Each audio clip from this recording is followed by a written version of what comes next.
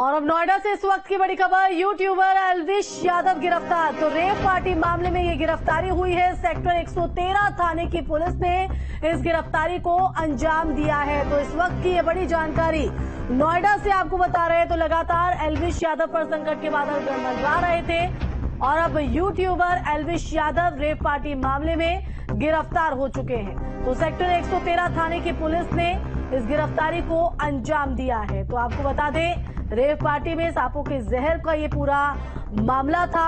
इस rave party में इस तरह के चीजों का इस्तेमाल होता था जिसमें एल्विश यादव का नाम भी सामने आया था और अब नोएडा से एल्विश यादव की गिरफ्तारी हुई है। तो इस वक्त की ये बड़ी और अहम जानकारी आपको बता रहे हैं। तो यूट्यूबर एल्विश यादव गिरफ्तार। तो रेव पार्टी मामले में यह गिरफ्तारी हुई है। सेक्टर 113 थाने की पुलिस ने इस गिरफ्तारी को अंजाम दिया है। हालांकि एल्विश यादव ने कई मौकों पर यह कहा है कि उनके साथ साजिश हो रही है, लेकिन अब पुलिस गिरफ्त में एल्विश यादव, यूट्यूबर एल्विश यादव की गिरफ्तारी नोएडा के सेक्टर 113 थाने की पुलिस ने की है।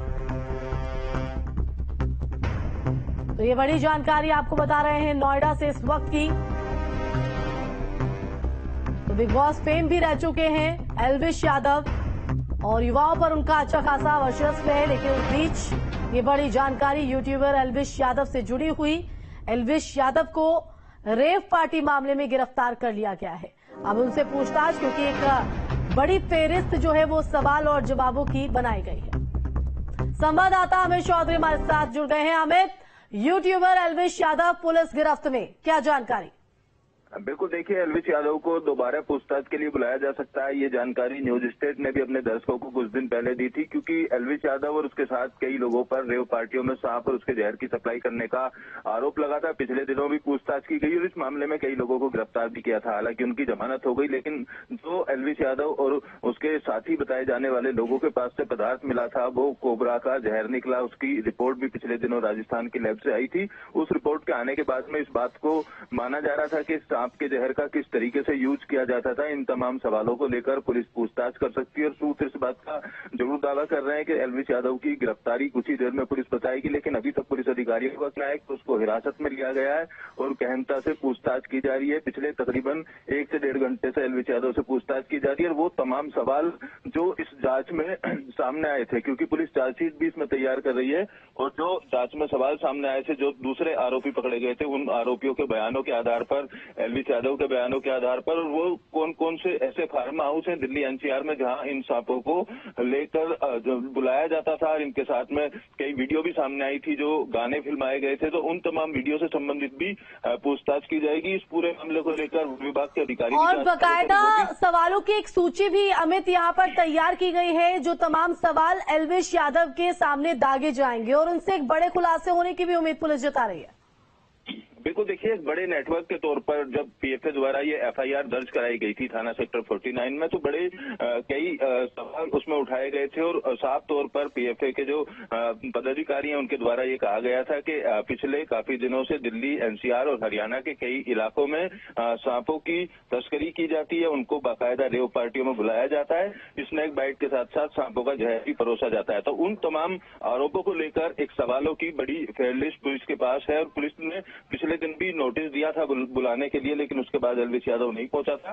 लिहाजा अब उसको हिरासत में लेकर पूछताछ की जा रही है और तमाम जो भी सवाल हैं इस एफआईआर से जुड़े हुए, उन सवालों का जवाब एल्विश यादव से लिया जा रहा है। पिछले दिनों कुछ वीडियो भी जारी की गई थी एल्विश यादव के द्वारा, उसमें घुमा फिराकर पुलिस की कार्यप्रणाली पर भी सवाल उठाए गए थे और कई तरीके के सवाल उठाए गए थे।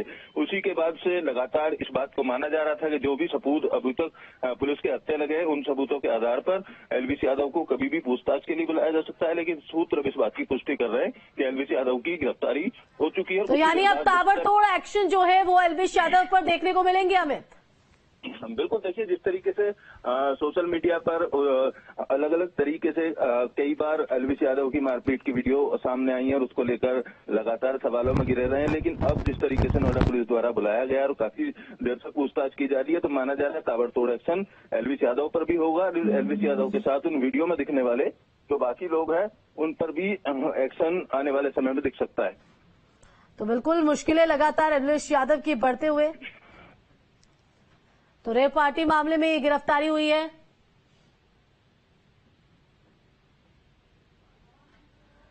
तो सेक्टर 113 थाने की पुलिस ने इस गिरफ्तारी को अंजाम यहां पर दे दिया। अमित, किस तरह से इस पूरी गिरफ्तारी को अंजाम दिया है? अब गिरफ्तारी भी हो गई है, अब आगे किस तरह से प्रक्रिया को आगे बढ़ाया जाएगा इस कार्रवाई को लेकर?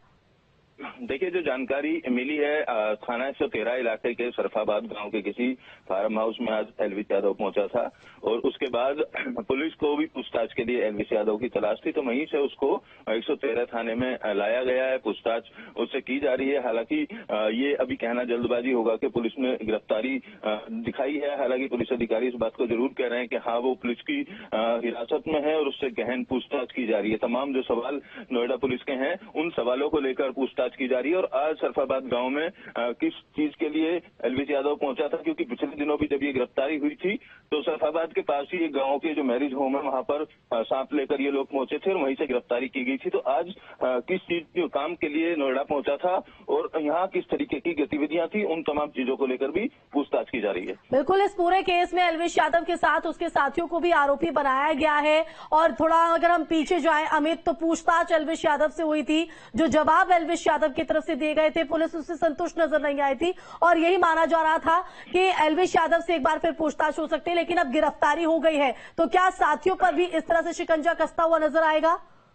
बिल्कुल, देखिए, जो साथी, इसके 5 साथी गिरफ्तार हुए थे और उनके पास से कोबरा भी बरामद किए गए थे। उन कोबरा का मेडिकल भी कराया गया था और उस मेडिकल में इस बात की पुष्टि हुई थी कि उनकी विष ग्रंथि निकाली गई है और इनके पास से जो पदार्थ बरामद हुआ था वो जहर है। इस बात की भी जयपुर की लैब से पुष्टि हो चुकी है। लिहाजा अब जो लोग पहले गिरफ्तार किए गए थे और इस पूरी इन्वेस्टिगेशन के दौरान इनकी मोबाइल की जो कॉल डिटेल है उनको भी खंगाला गया था। इनके पास से कुछ डायरी भी मिली थी जिन लोगों के लिए ये सांप पहुंचाया करते थे, जिस तरीके के आरोप लगाए गए थे। तो उस डायरी में लिखे तमाम नाम और कॉल डिटेल के आधार पर पुलिस की जांच आगे बढ़ेगी और जिस तरीके से इस बड़े कदम के तौर पर एलविश यादव को जो हिरासत में लिया गया, बड़े कदम के तौर पर पुलिस को देखा जा रहा है। फिलहाल अब और भी लोगों की मुश्किलें बढ़ सकती हैं, क्योंकि एक हरियाणवी सिंगर का भी नाम इस पूरे विवाद में सामने आया था। तो हो सकता है उनको भी बुलाकर पूछताछ की जाए और एलविश यादव के साथ वीडियो में दिख रहे तमाम लोग या उन पार्टियों के दौरान जो पार्टी होने का आरोप लगाया गया था, उन पार्टियों में जो भी लोग थे उन सबसे भी पूछताछ की जाएगी और कितनी बार कहां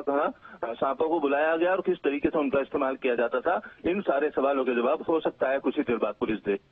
बिल्कुल अमित, आप हमारे साथ बने रहिए। तो नोएडा के सेक्टर 113 से फेमस यूट्यूबर एलविश यादव को पुलिस ने गिरफ्तार कर लिया है।